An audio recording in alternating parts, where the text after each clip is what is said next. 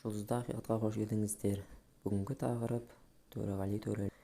2023 жылғы 14 маусымда Алматы қаласы көшелерінде автокөлік айдап жүріп жол таңбасы мен қос тұтас сызығы арқылы бұрылғаны жөнінде полиция қызметкерлерінің заң талаптарының орындалмағанын анықтады.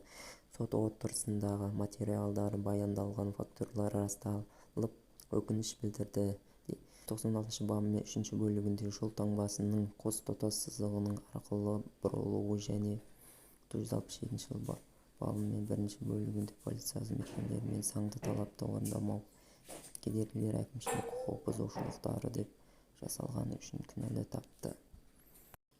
Сот 15 тәулікке әкімшілік қамауға алынды және де 6 айға мерзімге көлік құралдарына басқару құқығынан айырылды және де бас құқығынан айырылды. Сіздерге осы видео осы тақырып ұнаса, тіркеліп комментарий жаза кетіңіздер.